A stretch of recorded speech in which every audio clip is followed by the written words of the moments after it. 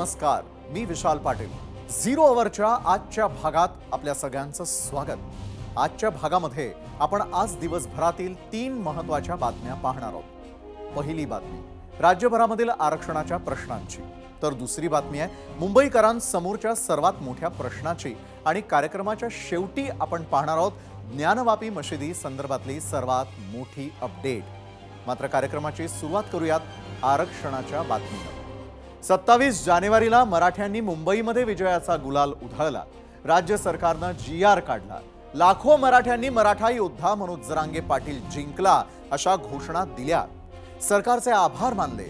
पण आता 4च दिवसांमध्ये मनोज जरांगेंनी पुन्हा एकदा सरकारला धारेवर धरलंय। जोपर्यंत सरकारने काढलेल्या अध्यादेशाचा लाभ मराठा समाजाला होणार नाही तोपर्यंत आंदोलन सुरूच राहणार असल्याचं जरांगे म्हणाले। एकीकडे सरकारच्या शिष्टमंडळाकडून अध्यादेश दिला जातो आणि दुसरीकडे दिल्लीत जाण्याची वक्तव्य येतात आणि त्यावरूनही जरांगेंनी सरकारच्या भूमिकेवर शंका उपस्थित केली आहे। अध्यादेशानंतरही मराठा आरक्षणाबाबत साशंकता असल्याने मनोज जरांगेंनी पुन्हा एकदा उपोषणाचं अस्त्र उगारलं। पुन्हा एकदा आंदोलनाची हाक दिली आणि यामुळे नक्कीच सरकारचं टेन्शन वाढलं असणार आहे। पाहुयात जरांगे नेमकं काय म्हणाले। सगळ्या सोयऱ्यांचा परवा अध्यादेश राजपत्रित अधिसूचना काढली, त्याची तातडीने अंमलबजावणी करायला आपण पाहिजे। त्यानंतर त्या सगळ्या सोयऱ्यांच्या अध्यादेशाचं कायद्यात रूपांतर 15 दिवसाच्या वेळेनंतर आपण कायद्यात रूपांतर अधिवेशन त्याच वेळेस घ्यावं किंवा त्याच होत्या 15 दिवसाच्या वेळेसच आपण विशेष अधिवेशन बोलून त्याचं कायद्यात रूपांतर करावं। जर आपण तातडीनं त्याची अंमलबजावणी सुरू नाही केली तर 10 फेब्रुवारीला अंतरवाली इथं मी त्याची अंमलबजावणी व्हावी म्हणून कठोर आमरण उपोषण सुरू करण्याचा आज निर्णय घेतला आहे। मी आंदोलन कसल्या स्वरूपाचं ते थांबवलेलं नाही आणि थांबवणार सुद्धा नाही। एकीकडून आम्हाला सांगायचं ते टिकवलं जाणार आहे आणि टिकणार आहे, त्याला तर आम्ही आता काहीच होऊ देत नाही, त्याच्यात तर काही चिंता असण्याचं कारण नाही। एकीकडून म्हणायचं आम्ही केंद्रापर्यंत जाऊ, म्हणजे तुमच्यातच 2 भूमिका असल्याची भूमिका आम्हाला सरळ दिसती। कायदा तुम्हीच मराठ्यांसाठी सगळ्या सोयऱ्यांचा बनवायचा आणि एकीकडून तुम्ही सांगायचं की आम्ही दिल्लीपर्यंत जाऊ। तुमच्या सरकारमधले अर्धे लोक आमच्याबद्दल शंका आहे तुम्हाला, तुमच्याबद्दल आम्ही काय घेऊ नये की आपण ज्या केसेस मागं घ्यायचं अंतरवालीसह महाराष्ट्रातलं ठरवलंय। आणखीनही 4 दिवस उलटून गेले तरीही झालेलं नाही, कारण तुम्ही तिथं तातडीनं तात्काळ शब्द वापरलेला आहे। तात्काळ याचा नेमका अर्थ काय? कारण तुमचे वेगळे वेगळे सरकारच्या माध्यमातून स्टेटमेंट येतात, त्यामुळं आम्हाला नेमकी तुमची भूमिका काय ही कळत नाही आहे। म्हणून त्याही तुम्ही 10 फेब्रुवारीच्या आत मागं घ्याव्यात। एकीकडे मराठा आंदोलक मनोज जरांगे नव्यानं आंदोलनाच्या तयारीला लागलेले असताना दुसरीकडे ओबीसींनी देखील आंदोलन आणि कायदेशीर लढाईचं हत्यार उपसलंय। राष्ट्रीय ओबीसी महासंघाच्या वतीनं नागपूर जिल्ह्यात ओबीसी जनजागृती रथयात्रा काढण्यात आली। 5 फेब्रुवारीपर्यंत जिल्ह्यातील विविध गावांमध्ये ही यात्रा जाणार आहे। तर मराठ्यांच्या सगळे सोयरे गणगोत अधिसूचनेविरोधामध्ये पहिली याचिका दाखल झाली। मराठ्यांना कुणबी दाखले देण्यासाठी काढण्यात आलेल्या 26 जानेवारीच्या मसुद्याला ओबीसी संघटनेनं हायकोर्टात आव्हान दिलं। संविधानाच्या विरोधात जाऊन सगळे सोयरे यांची व्याख्या बदलण्यात येऊ नये अशी भूमिका या याचिकेतून मांडण्यात आलेली आहे। यावरच आम्ही आज तुम्हाला प्रश्न विचारला होता। तो प्रश्न पाहण्यासाठी आपण आता जाणार आहोत आपल्या पोल सेंटरकडे। तर झिरो अवरमध्ये आम्ही पहिला प्रश्न विचारलेला होता, मराठा आरक्षण अधिसूचनेविरोधात ओबीसी कोर्टात जरांगेंचा पुन्हा उपोषणाचा इशारा, आरक्षण प्रश्न चिघळेल असं वाटतं का? तुम्हाला 2 पर्याय आम्ही दिलेले आहेत, होय आणि नाही।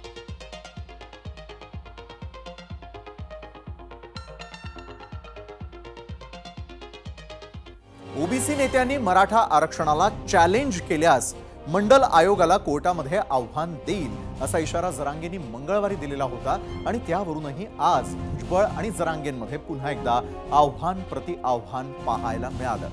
काय म्हणतात पाहूया। म्हणजे ज्याला लाख म्हणजे समजत नाही आणि कोटी म्हणजे समजत नाही अशी माणसं जे आहे मंडल आयोगाला देशामध्ये विरोध करणारा, त्याने ते अवश्य करावं। त्यांची हिम्मत असेल ना तर त्याने मंडल आयोगाच्या विरुद्ध जे आहे आवाज द्यावा आणि त्याच्या विरुद्ध कारवाई करावी आणि मंडल आयोगाला जो आहे हा संपवण्याचं काम त्यांनी करून दाखव, त्याची हिंमत असेल तर. माझं चॅलेंज, आव्हान आहे त्यांना. माझी त्यांना पुन्हा विनंती, एक वयानं म्हातारा माणूस म्हणून त्यांनी असे चॅलेंज देऊ नये, कारण मंडल कमिशन स्वीकारलेलं नाही ना, आम्हाला गोरगरिबाचं वाटलं नाही करायचं. हे असं चॅलेंज देऊन याच्या राजकीय स्वार्थासाठी हे सगळं आरक्षण घालवे. म्हणून सामान्य ओबीसी बांधवांनी त्याला शांत राहायचं, सांगावं की तू आरक्षणाच्या बद्दलची चॅलेंज करू नको, काहीही होऊ शकतं. मराठा समाजाच्या सगळ्या सोयऱ्यांना आरक्षण देण्याच्या मागणीला सरकारनं मान्यता दिली असली तरी सरकारनं दिलेल्या मसुद्यानुसार ओबीसींवर कुठलाही अन्याय होणार नाही, असा दावा राष्ट्रीय ओबीसी महासंघाचे राष्ट्रीय अध्यक्ष बबनराव तायवाडेंनी केलेला आहे. याबाबत मंत्री छगन भुजबळ यांचं थेट नाव न घेता काही जण समाजाची दिशाभूल करत असल्याचा आरोप सुद्धा त्यांनी केलेला आहे. पाहूयात. 29 सप्टेंबरला सरकारसोबत जी सकारात्मक चर्चा झाली होती, त्या चर्चेमध्ये आम्हाला जे जे आश्वासन दिले होते ते सर्व आश्वासनावर सरकार कायम राहिलं. ओबीसी समाजाच्या आरक्षणाला मुळीच धक्का लागलेला नाही. 2 कोटी मराठा ओबीसी मध्ये आले आणि ओबीसी समाजाला भयभीत करण्याचा प्रयत्न काही लोकांकडून होत आहे. मराठा आरक्षणाविरोधात आवाज उठवणाऱ्या छगन भुजबळांवर केवळ ओबीसी नेतेच नव्हे तर सत्ताधारी मित्र पक्ष विरोधकांनीही टीका केलेली आहे. शिवाय त्यांच्याच पक्षातील नेत्यांनीही भुजबळांचं उघड समर्थन करणं टाळलंय. छगन भुजबळ साहेब मोठे नेते आहेत. मी समजू शकतो की त्यांना ओबीसी समाजाचं नेतृत्व करायचं आहे, परंतु मुख्यमंत्र्यांबद्दल अशा पद्धतीने बोलणं योग्य नाही आहे. आणि मी एक शिवसेनेचा प्रवक्ता म्हणून की भुजबळ साहेब नेते आहेत, त्यांचा मान आणि सन्मान मी राखतोय, परंतु अशा पद्धतीने जर वक्तव्य केली तर आम्हालासुद्धा अशा पद्धतीनेच त्यांना उत्तर द्यावं लागेल. मंत्रिमंडळाचा निर्णय हा सामुदायिक जबाबदारी असतो आणि सामुदायिक जबाबदारी भुजबळ सारखे मंत्री पाळत नाही असं दिसतंय. कारण भुजबळांनी खऱ्या अर्थानं फार स्वाभिमानी असेल तर राजीनामा दिला पाहिजे. याचा अर्थ मुख्यमंत्र्याला चॅलेंजच आहे ना. पक्षाची भूमिका ही मराठा समाजाला आरक्षण देत असतानाच ओबीसीच्या आरक्षणाला धक्का लावू नये. आदरणीय भुजबळ साहेब या चळवळीमध्ये गेले 40-45 वर्ष काम करत आहेत, पण भुजबळ साहेबांनीसुद्धा वारंवार ही बाब स्पष्ट केलेली आहे की मराठा समाजाला आरक्षण दिलं गेलं पाहिजे, पण ओबीसीच्या आरक्षणाला धक्का न लागता दिलं गेलं पाहिजे. ही भूमिका वारंवार भुजबळ साहेबांनी त्या ठिकाणी स्पष्ट केलेली आहे. आणि पक्षात आणि भुजबळ साहेबांच्यात कुठलीही दरी नाही. सरकारच्या मराठा आरक्षणाला विरोध करणाऱ्या छगन भुजबळांमुळे उपमुख्यमंत्री अजित पवार गटाचीही चांगलीच गोची झालेली आहे. आणि त्याच पार्श्वभूमीवरती आज अजित पवारांच्या देवगिरी बंगल्यावर मराठा ओबीसी आरक्षणाबाबत बैठक पार पडली. या विषयावरती राष्ट्रवादी अजित पवार गटाच्या आमदारांनी कोणतीही प्रतिक्रिया न देण्याची सूचना अजित पवारांनी केल्याची माहिती मिळते. तसंच ओबीसी आमदारांनी आपापल्या तालुका पातळीवर त्यांना जो योग्य वाटेल तो निर्णय घ्यावा अशा देखील सूचना केल्या गेल्या. आगामी काळामध्ये ओबीसी मराठा संघर्ष वाढण्याची शक्यता असल्यानं आधीच अजित पवारांनी खबरदारीची पावलं उचलण्याचं सांगण्यात येत आहे. वळूयात खरं तर पुढे, ते म्हणजे राज्यामध्ये केवळ आरक्षणाचाच मुद्दा ऐरणीवरती आलाय असं नाही, तर गेल्या 2 वर्षांपासून रखडलेल्या स्थानिक स्वराज्य संस्थांच्या निवडणुकांचाही मुद्दा तापलाय. या निवडणुकांबाबत 4 मार्च रोजी सुप्रीम कोर्टात सुनावणी होण्याची शक्यता आहे. मुंबई महापालिकेसह राज्यभरामधील 23 महापालिका, 25 जिल्हा परिषद, 284 पंचायत समित्या, 207 नगरपालिका आणि 13 नगरपंचायतींची मुदत संपून 2 वर्ष झाली. पण राज्य सरकारनं 4 ऑगस्ट 2022 रोजी काढलेला अध्यादेश आणि त्या विरोधातील याचिकांमुळे लोकसभेची निवडणूक आली तरी देखील स्थानिक स्वराज्य संस्थांच्या निवडणुकांना मुहूर्त सापडलेला नाही. मराठा ओबीसी आरक्षण वादावरती आम्ही विचारलेल्या प्रश्नावरती तुम्ही नेमक्या काय प्रतिक्रिया दिलेल्या आहेत त्या पाहण्यासाठी आपण आता जाणार आहोत आपल्या मीडिया सेंटरकडे. तर मराठा आरक्षण अधिसूचनेविरोधात ओबीसी कोर्टात जरांगेंचा पुन्हा उपोषणाचा इशारा. आरक्षण प्रश्न चिघळेल असं वाटतं का? पर्याय होता होय नाही. आणि याच संदर्भामध्ये ज्यावेळेला तुमच्या प्रतिक्रिया येत आहेत तर सगळ्यात पहिली प्रतिक्रिया एक्सवर व्यक्त केलेली आहे ज्ञानेश्वर कदम यांनी. ज्ञानेश्वर कदम म्हणतात, आरक्षण हे मराठ्यांच्या हक्कांचे आहे, त्यांना मिळालंच पाहिजे. शरद सोळंके म्हणतात, एक्सवर मनोज जरांगे तेव्हाच आंदोलन थांबवतील जेव्हा मराठा समाज हा पूर्णपणे ओबीसी आरक्षणामध्ये अंतर्भूत होईल. सोमनाथ गंगा माळे म्हणतात, ओबीसीत आधीच भरणा जादा आहे आणि त्यात आता मराठ्यांची आरक्षणासाठी भर पडणार आहे. युट्यूबवरती ते व्यक्त होतात. त्या पाठोपाठ पुढची प्रतिक्रिया युट्यूबवरनं संजय सोनावणे यांची. संजय म्हणतात, मनोज जरांगे यांनी कोर्टात जाऊन आरक्षण मागण्याची गरज आहे. पुढची प्रतिक्रिया जयेश पोटे यांची. शासन मराठा आंदोलनाची दिशाभूल करतंय. तर सुनील देशपांडे म्हणतात, कितीही झालं तरी कोर्टात आरक्षण टिकणं कठीण आहे. फेसबुकवरती संजय मोरे व्यक्त होत आहेत, केंद्र सरकारनं आरक्षण प्रश्नी लक्ष घातलं तर आणि तरच नक्की तोडगा निघू शकेल. इंस्टाग्रामवरती लक्ष्मण कुंभार म्हणतात, सरसकट मराठा आरक्षणामुळे ओबीसी समाज नाराज आहे. आर्थिक निकषांवर आरक्षण द्यायला हवं.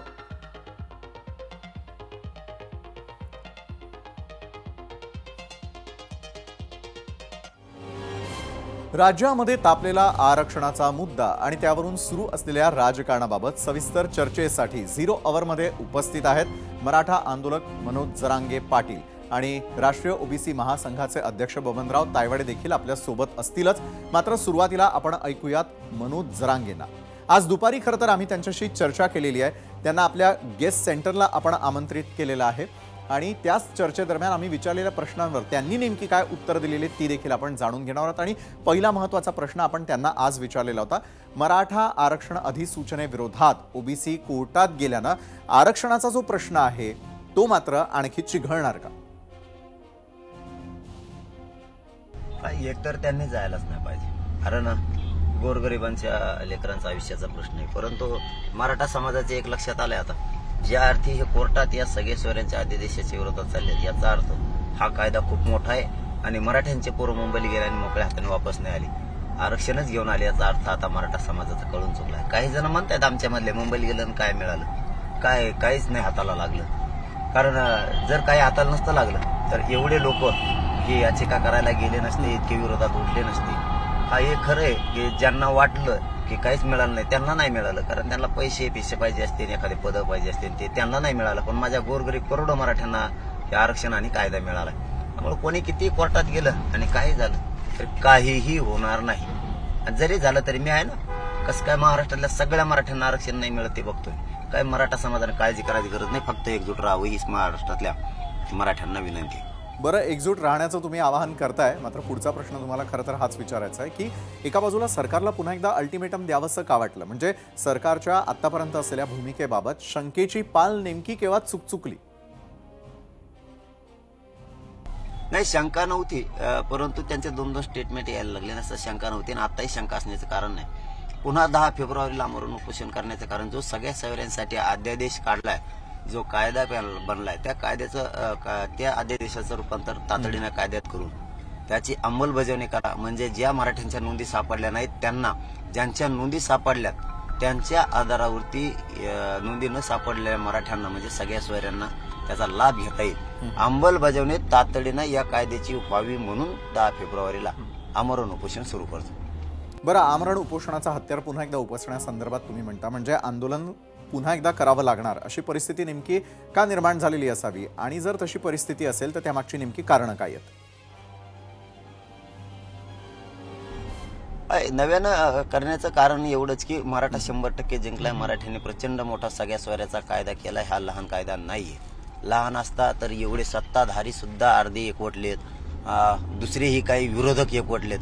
याचं कारण हा कायदा खूप मोठा आहे. मराठ्यांच्या पोरांचं खूप कल्याण झालंय. मुंबईत मराठी गेले आणि येताना आरक्षणच घेऊन आले. कायदा आणला म्हणजे आरक्षणच घेऊन आले. काही जणांचं म्हणणं आहे काही मिळालं नाही, त्यांना नाही मिळालं. हे खरं आहे, त्यांना नाही मिळालं कारण गोरगरिबांच्या करोडो लोकांना मिळालं. नव्यानं आंदोलन करण्याचं कारण म्हणजे या कायद्याची तात्काळ अंमलबजावणी करून सगळ्या सोयऱ्यांना प्रमाणपत्र मिळावेत आणि त्यांचा ओबीसी मध्ये समावेश व्हावा, यासाठी हे आंदोलन सुरू आहे. 100% लढाई जिंकलेली. फक्त अंमलबजावणीसाठी हे आंदोलन आहे, आता बाकी काय नाही.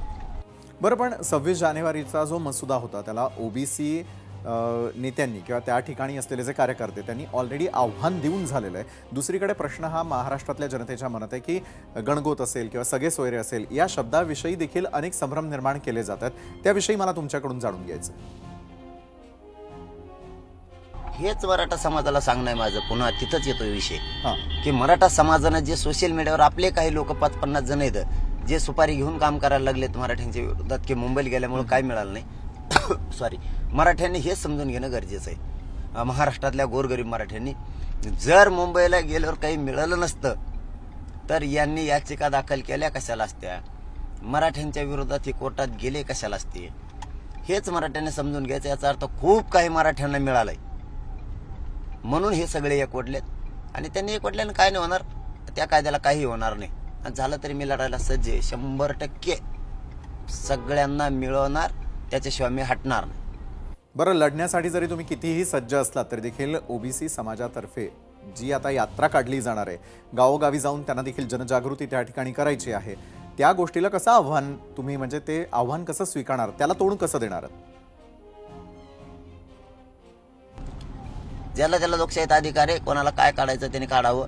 आमचं काय म्हणणं नसतं, त्यांच्यासारखे नाही ते आमच्या नाहीत. आम्ही मोर्चा काढला त्याने काढायचं, त्यांनी रस्ता रोका केला की आम्ही केला की त्याने करायचं, आम्ही कुठं सभा घेतली की त्याने घ्यायची, अशी नियत आमची नाही. त्यांना जे करायचं ते करावं. लोकशाहीत अधिकारी, आम्हाला काही अडचण नाही त्यांची कसलीच. गावखेड्यात ओबीसी बांधव आणि मराठा बांधव महाराष्ट्रभर आम्ही एक कायम एक राहणार आहेत. हे राजकारणी हे गोरगरीब ओबीसींचा फायदा करू, राजकारणासाठी फायदा करून घेतोय, त्यांचा वापर करतोय. सगळ्यांना माहीत झाला हा येवल्याचा हे राजकारणी माणूस दुसऱ्याची स्वतःचे समाजाची फसवणूक करतोय. त्यामुळे आम्हाला काही प्रॉब्लेम नाही. गावखेड्यात ओबीसी बांधव मराठा बांधव आम्ही एक शेवटपर्यंत एक राहणार. बरं, नक्कीच धन्यवाद मनोज जरांगेजी, तुम्ही आमच्याबरोबर चर्चा केलीत आणि सध्या जो विषय अतिशय गरम आहे संपूर्ण महाराष्ट्रामध्ये त्याविषयी तुम्ही चर्चा केलीत, त्यासाठी खूप खूप धन्यवाद. तर एकंदरीतच आपण पाहिलं की कशा प्रकारे विविध विषय गाजत असताना मनोज जरांगेंची आक्रमक भूमिका आणि उत्तरं ऐकल्यानंतर मात्र आपण आत्ता चर्चा करणार आहोत ओबीसी महासंघाचे अध्यक्ष बबनराव तायवाडे यांच्याशी. तेही आपल्यासोबत जोडले गेलेले आहेत. बबनराव तायवाडेजी, खूप खूप स्वागत आपलं आजच्या या विशेष चर्चेमध्ये, झिरो अवरमध्ये. खरं तर झिरो अवरमध्ये मला प्रश्न तुम्हाला हा करायचा आहे की एका बाजूला छगन भुजबळ असतील, विजय वडेट्टीवार असतील, हे देखील आपापल्या भूमिका व्यक्त करताना दिसतात. मात्र त्यांची भूमिका आणि तुमची भूमिका यामध्ये आपल्याला फरक का पाहायला मिळतो? म्हणजे एका बाजूला ओबीसी समाजाने नेमकं कुणाला खरं मानायचंय, काय नेमका विषय, हा सविस्तर सांगू शकाल झिरो अवरच्या माध्यमातून? नक्कीच. मी जो अभ्यास केलेला आहे आणि आता मागील 26 तारखेपासून जेव्हापासनं ही सर्व अधिसूचना निघाली, शासन निर्णय निघाला, संपूर्ण महाराष्ट्रामध्ये सर्व नेत्यांच्या मार्फत हे सांगण्यात येत आहे की 2 कोटी मराठे ओबीसीमध्ये आले, 2 कोटी मराठे ओबीसीमध्ये आले आणि त्याच्यामुळे ओबीसी समाजाचं नुकसान झालं, ओबीसीचं आरक्षण संपलं. हा जो गैरसमज आमच्या ओबीसी समाजामध्ये पसरवण्यात येत आहे किंवा सांगण्यात येत आहे, त्यामुळे त्यांच्यात आणि माझ्यामध्ये मतभेद आहेत. मी वारंवार 1 महिन्यापासून किंवा त्याच्या आधीपासून आपल्यामार्फत नेहमी सांगत आलो की 54 लाख 57 लाख एवढ्या नोंदी सापडल्या आणि मल्टिप्लाइड बाय 5-10 करून एवढे 2-2.5-3 कोटी मराठे ओबीसी होणार. हा जो गैरसमज पसरवला जात होता तेव्हासुद्धा मी सांगितलं होतं की यापैकी 99.50% किंवा त्यापेक्षा जास्त हे आंदोलन सुरू व्हायच्या पूर्वीच्या नोंदी आहे आणि 1992 पासून ती मंडळी आरक्षणाचा लाभ घेते आहे. नव्याने कुठे येणार आहे? मी तुम्हाला साधं आमच्या विदर्भातलं उदाहरण देतो की आमच्या नागपूरला 2,90,788 नोंदी सापडल्या.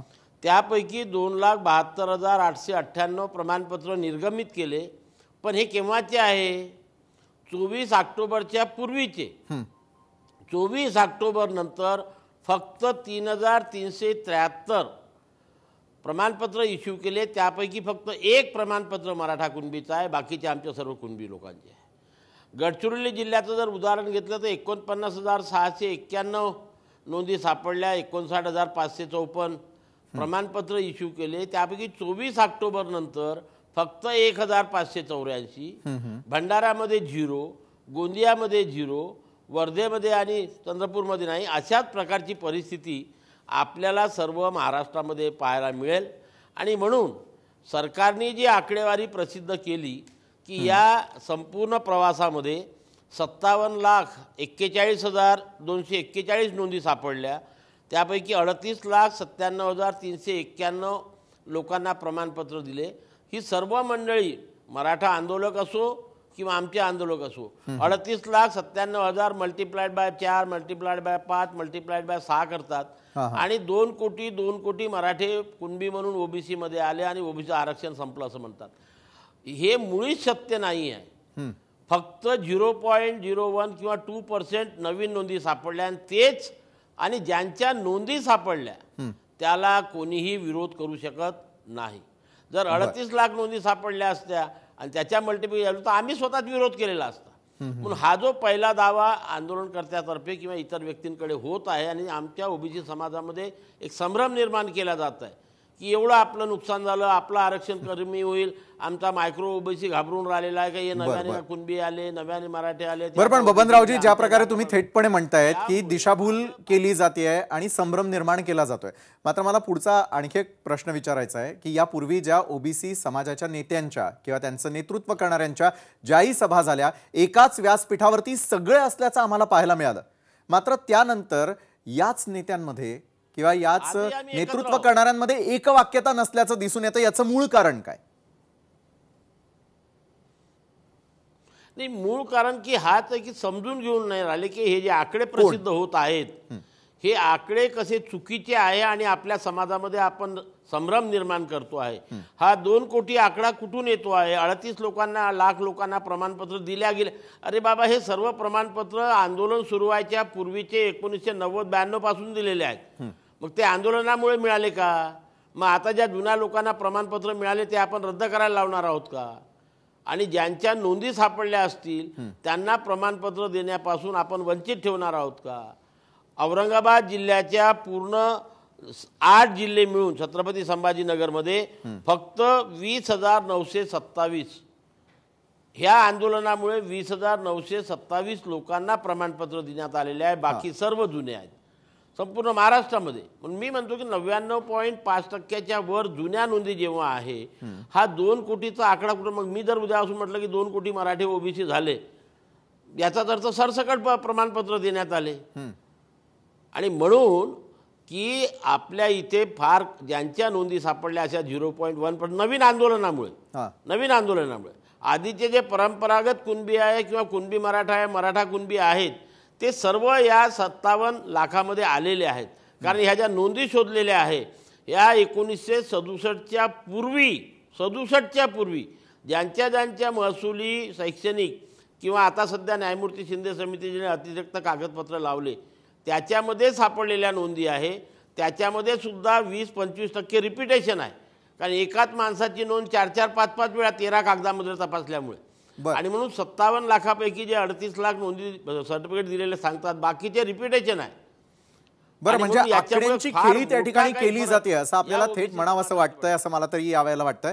पण तुम्हाला एक पुढचा प्रश्न विचारायचा आहे की छगन भुजबळ आणि मनोज जरांगे एकमेकांना दाखले काय देतात, एकमेकांना आव्हानं देताना दिसतात. मात्र या आव्हानातला एक मुद्दा सोडून आपल्याला चालणार नाही. मनोज जरांगे थेटपणे म्हणताना दिसत आहेत की जर उद्या आम्ही सुप्रीम कोर्टामध्ये गेलो तर ओबीसींच्या आरक्षणाची जी आकडेवारी आहे ती आम्ही 0% येईल इतकी तयारी झाल्याचा थेट त्यांनी अल्टिमेटम म्हणा किंवा तशा प्रकारचं आव्हान जे ते छगन भुजबळांना दिलेलं होतं. याचा नेमका अर्थ काय? ओबीसींचं आरक्षण 0% होऊ शकतं? ते करण्याची ताकद कोणाची नाही, कोणी किती ताकद लावली तरी ते 0 होऊ शकत नाही. कारण या देशातील 52% ओबीसीला मिळालेलं 27% आरक्षण हे या देशाच्या लोकसभे आणि राज्यसभेच्या मंजुरीनंतर मिळालेलं आहे. सर्वोच्च न्यायालयाच्या 9 न्यायाधीशांनी शिक्कामोर्तब केल्यानंतर मिळालेलं आहे. आणि त्याच्यामुळे मंडल आयोगाच्या शिफारसीनुसार मिळालेल्या लोकसभा आणि राज्यसभेने मंजूर केलेल्या आणि सर्वोच्च आरक्षणाला कोणीही चॅलेंज करू शकत नाही, त्याला धक्का लागू शकत नाही.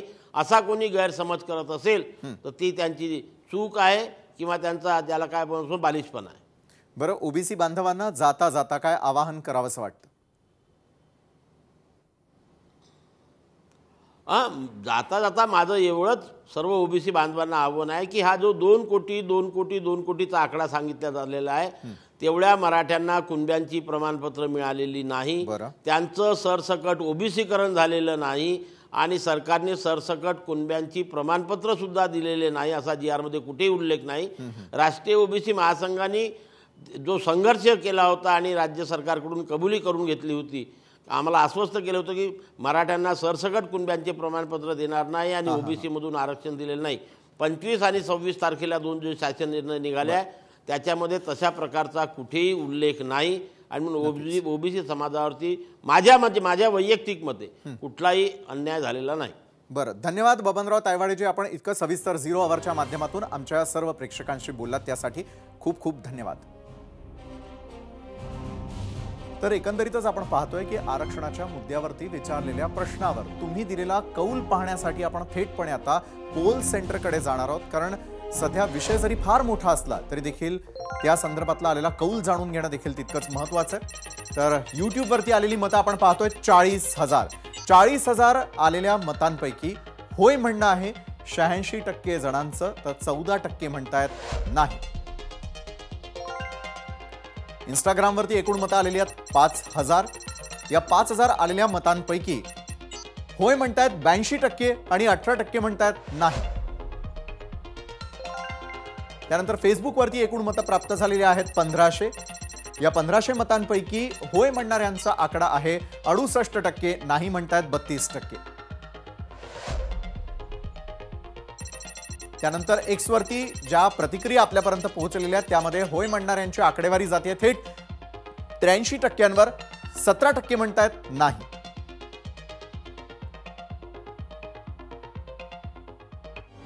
मनोज जरांगेंच्या मराठा आरक्षण आंदोलनामुळे राज्यामधील सामाजिक वातावरण ढवळून निघालं.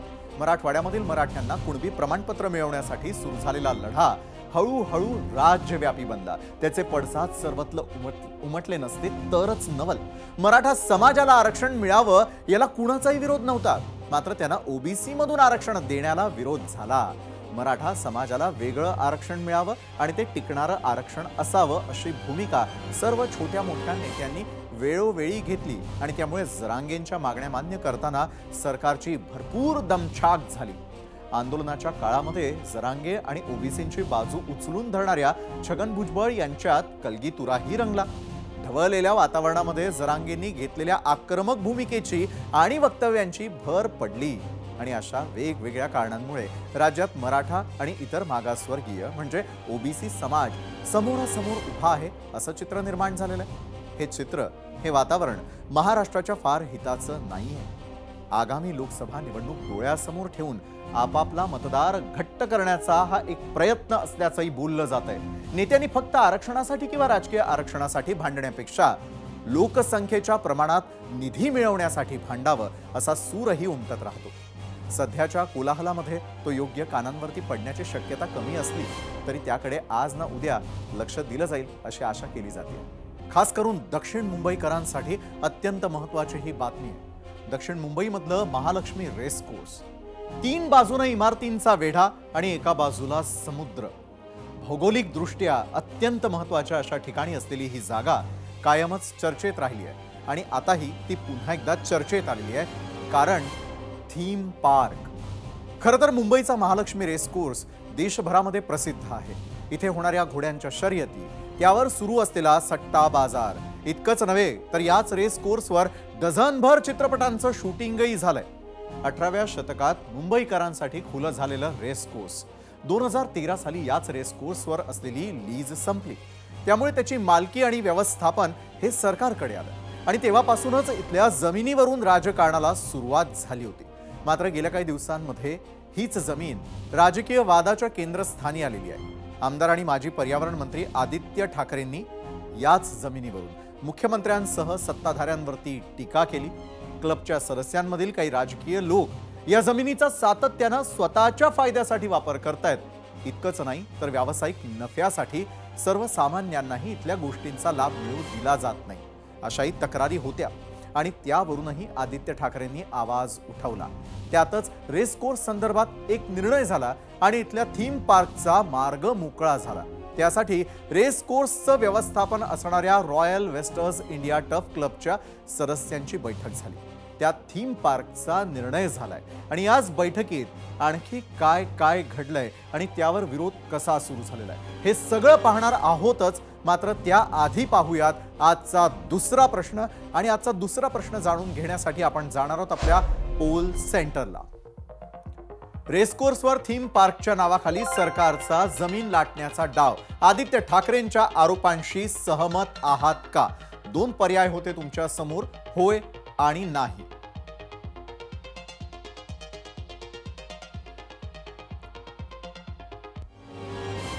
बरं, याच विचारलेल्या प्रश्नावरती महाराष्ट्राचा आणि मुंबईकरांचा कौल आपण पाहणार आहोतच। मात्र त्याआधी हे सगळं प्रकरण समजून घेऊयात आणि त्यासाठी आता पाहणार आहोत टीम 0 अवरचा हा स्पेशल रिपोर्ट।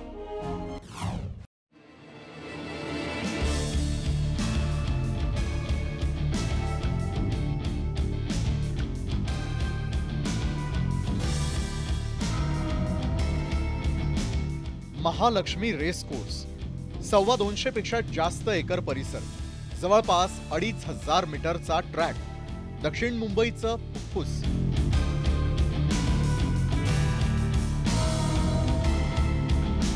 आणि आता याच रेस कोर्सवर थीम पार्कचा मार्ग मोकळा झाला। मुंबईचे 226 एकर बिल्डरांच्या घशात आम्ही घालू देणार नाही। रॉयल वेस्टर्न इंडिया टर्फ क्लबची एक ऑनलाईन बैठक पार पडली। याच बैठकीत क्लबच्या 1800 सदस्यांपैकी 708 सदस्य उपस्थित होते। उपस्थित 708 पैकी 540 सदस्यांनी पुनर्विकास प्रस्तावाच्या बाजूने मतदान केलं, तर 168 सदस्यांनी विरोधात मतदान केलं। हा प्रस्ताव मंजूर झाल्यानंतर आता रेस कोर्सच्या भाडेतत्वाचं नूतनीकरण करून रेस कोर्सच्या 226 एकर जागेपैकी 120 एकर जागेवर थीम पार्क उभारता येणार आहे। महालक्ष्मी रेसकोर्सच्या बाजूलाच आहे। आपण ही जागा बघू शकतो। साधारणपणे जर काही जागा बघायची तर 225 एकरची ही संपूर्ण जागा आहे, ज्यामध्ये 120 एकरमध्ये थीम पार्क उभा राहणार आहे, तर टर्फ क्लबला 91 एकरची जागा जी आहे ती वाटप केली जाणार आहे। एकूणच या संदर्भात जर का सदस्यांचं बघायचं झालं तर क्लबसाठी सरकार आणि पालिकेकडनं चांगली सुविधा जी मिळवण्याचा प्रयत्न आहे, त्यासाठी हे प्रयत्न होताना बघायला मिळतं आणि त्यामुळेच या विभाजनासंदर्भात देखील आढावा जो आहे तो घेण्यात आला, ऑनलाईन बैठक घेण्यात आली। जर का यात बघायचं तर शिवसेना उद्धव बाळासाहेब ठाकरे पक्षाचे आमदार आदित्य ठाकरे यांनी या जागेत खासगी टावर आणि व्यावसायिक बांधकामं होणार असल्याचा आरोप केला होता। मुख्यमंत्री एकनाथ शिंदे यांच्या जवळचा एक बिल्डर यामागे असल्याचा दावाही आदित्य ठाकरे यांच्याकडनं करण्यात आलेला होता। महालक्ष्मी रेसकोर्सचा भूखंड 1914 मध्ये व्यवस्थापनाला भाडेतत्वावर देण्यात आलेला होता। ही भाडेपट्टी 2013 सालात संपली। तेव्हापासूनच ही जागा राजकारणाच्याही केंद्रस्थानी आली। आमदार आदित्य ठाकरेंनी याच जागेवरून थेट मुख्यमंत्री एकनाथ शिंदेंवरच आरोप केले होते। गेल्या 2 महिन्यामध्ये माझ्या कानावर ऐकू आलेलं आहे की 4 ते 5 बैठका झालेल्या आहेत। त्याच्यात एक बिल्डर बसतात, काही अधिकारी बसतात आणि हे बिल्डर मित्र सगळे धमकवण्याचा प्रयत्न करतात। RWITCशी आमचं देणं घेणं नाही, त्यांनी तिथे रेसिंग करावं की नाही करावं हा त्यांचा प्रश्न आहे। पण मुंबईचे 226 एकर बिल्डरांच्या घशात आम्ही घालू देणार नाही आणि जर हिम्मत असेल तर खोके सरकारच्या मुख्यमंत्र्यांनी टीव्हीवर येऊन सांगावं की आम्ही त्या भूखंडाला हात लावणार नाहीये। दुसरा सवाल महत्त्वाचा म्हणजे भाजपला आहे। मागच्या वर्षी त्यांनी नाटक म्हणून माझ्या सुरात सूर मिळवला होता आणि सांगितलं होतं की आम्ही रेसकोर्सला हात लावू देणार नाही। मी त्यांना थेट सवाल करत आहे की पुन्हा एकदा हा प्रश्न आता समोर येत आहे। दरम्यान RWITCच्या सर्वसाधारण सभेनंतर आता राज्य सरकार, पालिका आणि रॉयल वेस्टर्न इंडिया टर्फ क्लबमध्ये एक कायदेशीर करार होताना दिसेल, ज्यात थीम पार्कसाठी 120 एकर तर टर्फ क्लबला 91 एकर जागेचं वाटप होईल। मात्र ही मुंबईकरांच्या हक्काची जागा असल्याचा दावा माजी नगरसेवक मकरंद नार्वेकर यांनी केलाय। त्यामुळे मुंबईकरांचं देखील मत विचारात घेतलं पाहिजे अशी प्रतिक्रिया दिलेली आहे। Public open space policy final करायच्या अगोदर महानगरपालिकेने पब्लिककडून सजेशन ऑब्जेक्शन मागवले। त्याच धर्तीवर एवढा मोठा विषय हाताळायच्या अगोदर किंवा ह्याच्यावर फैसला करायच्या अगोदर महानगरपालिकेने पब्लिककडून सजेशन ऑब्जेक्शन मागवणं अत्यंत गरज आहे. बिल्डरच्या कशात घातले तर आम्ही त्याचा निषेधच करू, पण मुंबईकरांच्या करता जर काही निर्माण होणार असेल तर आम्ही त्याचं स्वागतच करेन. रेस कोर्सच्या जागेवरून मागील अनेक दिवसांपासून वाद सुरू आहे. अशात आता क्लबकडूनच पुनर्विकासावर मोहर लावली गेलेली आहे. मात्र यात देखील अनेक सदस्यांचा विरोध पाहायला मिळतोय. त्यामुळे शिवसेना उद्धव बाळासाहेब पक्षाचे आमदार आदित्य ठाकरे आपल्या मतदारसंघात असलेल्या रेसकोर्स बाबत आता पुढे काय भूमिका घेतात हे पाहणं महत्त्वाचं असेल. अभिषेक मुठाळसह 0 आवर, एबीपी माझा, मुंबई.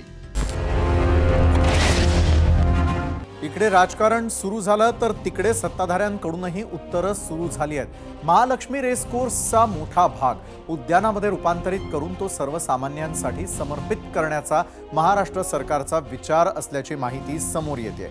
या योजनेअंतर्गत रेसकोर्सला सुंदर लँडस्केपिंगनं सजवून सर्वसामान्यांसाठी उद्यानामध्ये रूपांतरित केलं जाईल अशी ही चर्चा आहे. रेसकोर्स संदर्भातील प्रत्येक अपडेट आम्ही तुमच्यापर्यंत पोहोचवत राहूच. मात्र आता वेळ झालेली आहे आपल्या आजच्या दुसऱ्या प्रश्नावरच्या प्रतिक्रिया पाहण्याची आणि त्यासाठी आपण जाऊयात आता आपल्या मीडिया सेंटरला. काय प्रतिक्रिया दिलेल्या आहेत सर्वसामान्य नागरिकांनी त्याच्याकडे आपण वळण्याआधी प्रश्न पाहूयात. रेसकोर्सवर थीम पार्कच्या नावाखाली सरकारचा जमीन लाटण्याचा डाव. आदित्य ठाकरेंच्या आरोपांशी सहमत आहात का? 2 पर्याय होते तुमच्या समोर, होय आणि नाही. कशा प्रकारे तुम्ही व्यक्त होतायत पाहूयात. यूट्यूबवरती प्रवीण पालकर म्हणतात आदित्य ठाकरेंचा आरोप 100% बरोबर आहे. त्यानंतर सागर फुरंगे म्हणतात ठाकरे सरकारनं पण तेच केलं असतं, सगळे एकाच माळेचे मणी आहेत. यूट्यूबवरती राहुल पेडणेकर म्हणतात आदित्य ठाकरेंच्या आरोपाशी सहमत आहे. फेसबुकवरती महेश कुकडे म्हणतात ठाकरे गट सध्या प्रत्येक विकास कामांना विरोध करतायत. त्यानंतर इंस्टाग्रामवरती संदीप जावळे म्हणतात चोराच्या वाटा चोरालाच माहिती. त्यानंतर यूट्यूबवरती तावडे PA म्हणतात जमीन लाटण्याचा तर प्रश्नच कुठे येतो, ती सरकारी जमीन आहे. त्यानंतर यूट्यूबवरतीच पुढचे जे आपले व्ह्युअर आहेत ते व्यक्त होताना दिसत आहेत. नवीन काही घोषणा झाली की लगेच विरोध सुरू, अशानं कोण प्रकल्प सुरू करेल?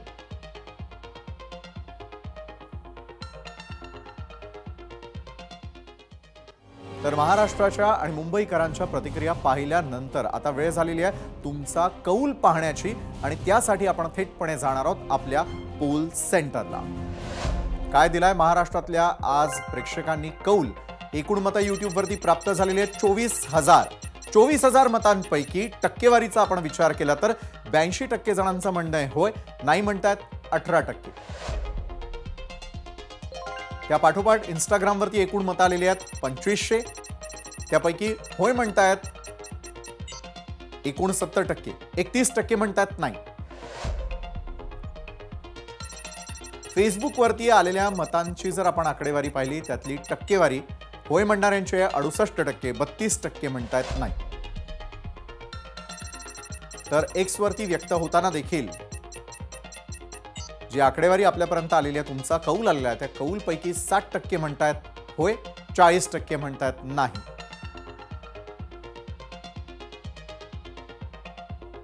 महालक्ष्मी रेसकोर्स घोडा मैदानावरून राजकीय घोडे बाजार सुरू झालेला आहे. इंच जागेसाठी लढणाऱ्या मुंबईच्या अत्यंत मोक्याच्या ठिकाणी 200-2.25 एकर हिरवीगार मोकळी जागा आहे.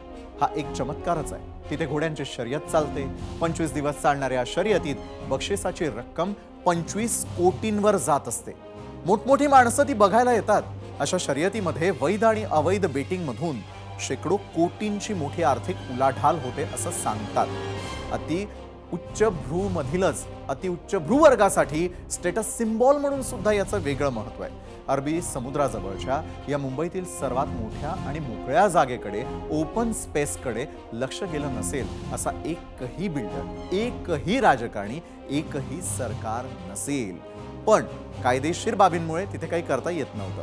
आता मात्र त्यातील एक महत्वाचा लीजचा अडथळा दूर होतोय आणि त्यामुळे रेसकोर्सची 50% महत्वाची हेरिटेज जागा सोडून उरलेल्या 50% जागेत म्हणजे साधारण 100 एकरामध्ये थीम पार्क उभा करण्याचा BMCचा राज्य सरकारचा मानस आहे आणि यावरूनच वरळीचे आमदार आदित्य ठाकरे आक्रमक झाले. भूखंड बळकावण्याचा डाव असल्याचा आरोप त्यांनी शिंदे सरकारवर केला. महालक्ष्मी रेस कोर्सवर थीम पार्क बनवा ही मागणी जुनी एकसंघ शिवसेनाच करत होती, हेही विशेष. त्यासाठी किमान 10-15 वर्ष प्रयत्न सुद्धा सुरू होते. या मुद्द्यावरून शिवसेनेच्या दोन्ही गटातील नेते समोरासमोर आलेले आहेत. हे सगळे नेते दूरदृष्टी असलेले आहेत. ते फक्त थीम पार्क पुरता नाही तर अतिशय दूरचा विचार करतात. या महालक्ष्मी परिसरामध्ये गगनाला भिडणाऱ्या इमारती आहेत आणि त्यातल्या 1000-1200 स्क्वेअर फूट फ्लॅटचे दर सुद्धा सर्वसामान्यांसाठी गगनाला भिडणारे आहेत. 4-5 कोटींपासून ते 50 ते 100 कोटींपर्यंत इथले दर असतात आणि यावरून घोडा मैदानाच्या डीलमध्ये किती मोठा आर्थिक व्यवहार असेल याचा अंदाज आपण लावू शकतो. आणि तिथेच घोडं पेंड खातंय. देवाधिदेव महादेवाच्या काशी विश्वनाथाच्या भक्तांसाठी गेल्या 10 दिवसातली तिसरी सर्वात मोठी आणि सर्वात आनंदाची बातमी. ज्ञानवापी मशिदीच्या तळघरामध्ये दृश्य अदृश्य देवतांची पूजा अर्चा करण्यास जिल्हा न्यायालयानं परवानगी दिली आहे. तथाकथित मशिदीच्या व्यास तळघरामध्ये आता पूजन करण्याचा मार्ग मोकळा झालेला आहे. सोमनाथ व्यास यांचा परिवार यांच्या 10 ते 12 पिढ्या या मंदिरामध्ये म्हणजे आत्ताच्या ज्ञानवापीच्या व्यास तळघरामध्ये 1993 पर्यंत पूजा अर्चा करत होत्या. मात्र अयोध्येमध्ये बाबरीची वादग्रस्त वास्तू पाडल्यानंतर तत्कालीन मुलायम सिंग सरकारनं इथली पूजा अर्चा करण्यास आणि शृंगार गौरीची पूजा अर्चा करण्यास बंदी आणलेली होती आणि तेव्हापासून शृंगार गौरीची वर्षातून एकदा ते सुद्धा नवरात्रीतील 1 दिवस पूजा करण्याची परवानगी कोर्टानं दिली होती. या शृंगार गौरीची पूजा पुन्हा नित्यनेमानं सुरू व्हावी यासाठी 2021 साली 5 हिंदू महिलांनी न्यायालयामध्ये धाव घेतलेली होती. तर व्यास तळघरामध्ये दृश्य अदृश्य देवतांची पूजा करण्यासाठी परवानगीची याचिका आचार्य वेद व्यासपीठ मंदिराचे मुख्य पुजारी शैलेंद्र कुमार पाठक यांनी गेल्या वर्षी दाखल केलेली होती.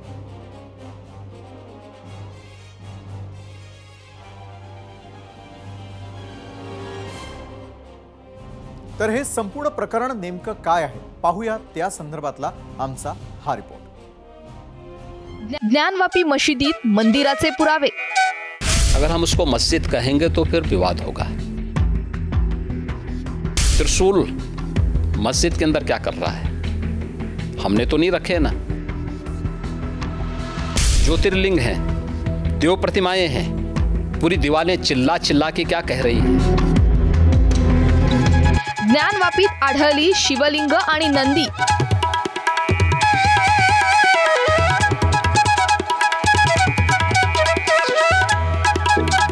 ज्ञानवापीच्या तळघरात पूजा अर्चा होणार.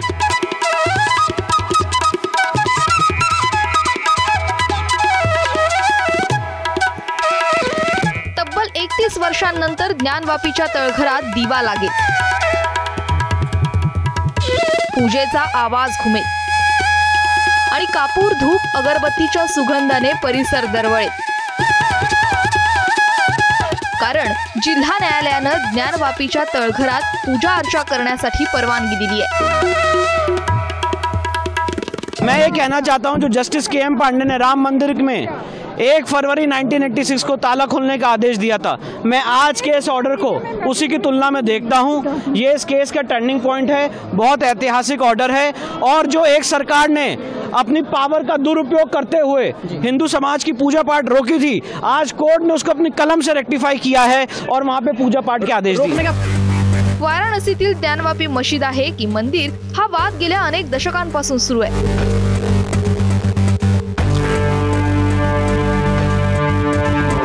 धार्मिक स्थळाच्या जागेवरून सुरू झालेला वाद कोर्टाच्या पायरीपर्यंत पोहोचला आणि तिथून तो पुरातत्व विभागाच्या सर्वेक्षणाकडे येऊन थांबला.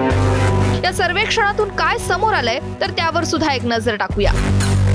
15 शिवलिंग, 2 नंदी, हनुमानाच्या 5 मूर्ती, विष्णूची 3 शिल्प, 2 कृष्णाची शिल्प, 3 गणपतीच्या मूर्ती, 32 शिलालेख. शिलालेखावर देवनागरी, तेलुगू आणि कन्नड लिपी. शिलालेखावर जनार्दन, रुद्र आणि उमेश्वर. दगडांवर अरबी आणि पर्शियन शिलालेख. तळघरात शिल्पाचे अवशेष. वहाँ पे जो इंस्क्रिप्शन है उस तथाकथित मस्जिद में एक इंस्क्रिप्शन भी मिला है. साथ ही साथ उस तथाकथित मस्जिद में जो खंबे मिले हैं वो हिंदू मंदिर के खंबे पाए गए हैं। जो वेस्टर्न वॉल है वो एएसआई ने हिंदू मंदिर की वेस्टर्न वॉल कही है। साथ ही साथ उसमें जो स्क्रिप्चर्स मिले हैं वो अलग अलग भाषाओं के हैं। महामुक्ति मंडप का उसमें जिक्र है, अलग अलग भाषाओं में उसमें इंस्क्रिप्शंस पाए गए हैं।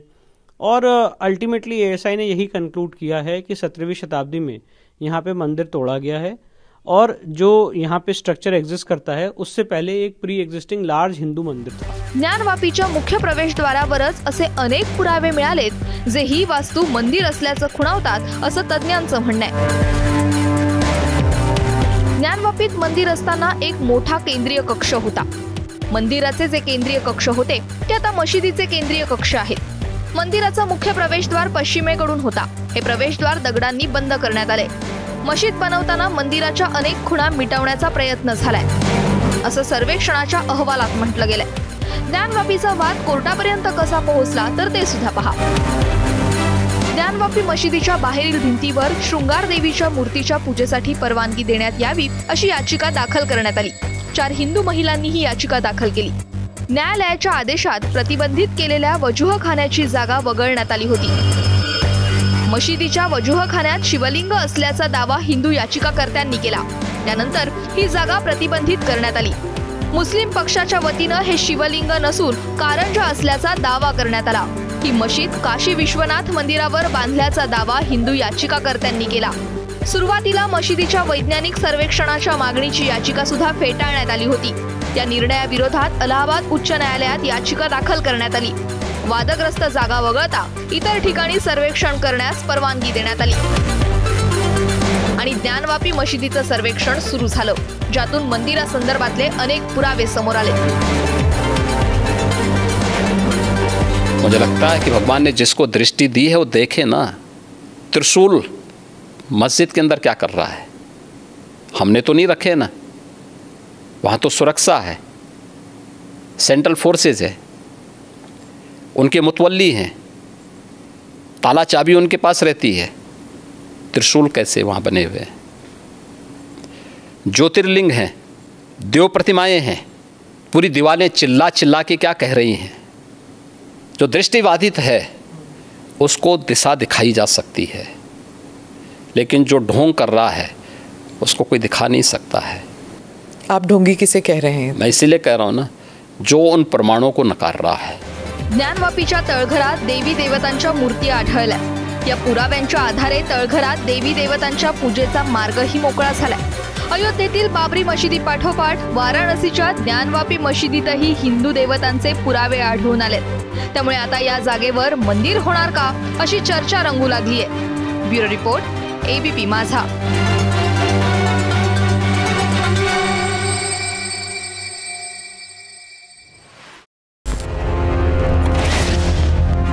आपल्याला माहितीच आहे की क्रूर कर्मा औरंगजेबानं काशी विश्वनाथाचं मंदिर पाडून मंदिरावरच मशिदीचे घुमट बांधले। त्याला ज्ञानवापी मशीद असं नाव दिलेलं होतं। आजचा निर्णय देशभरातील काशी विश्वनाथाच्या शिवभक्तांच्या आशा जागवणारा असेल हे नक्की। या सकारात्मक बातमी सोबत 0 आवर मध्ये आज इथेच थांबूयात। उद्या रात्री 7:56 पुन्हा भेटूयात। त्यासाठी पाहत रहा एबीपी माझा।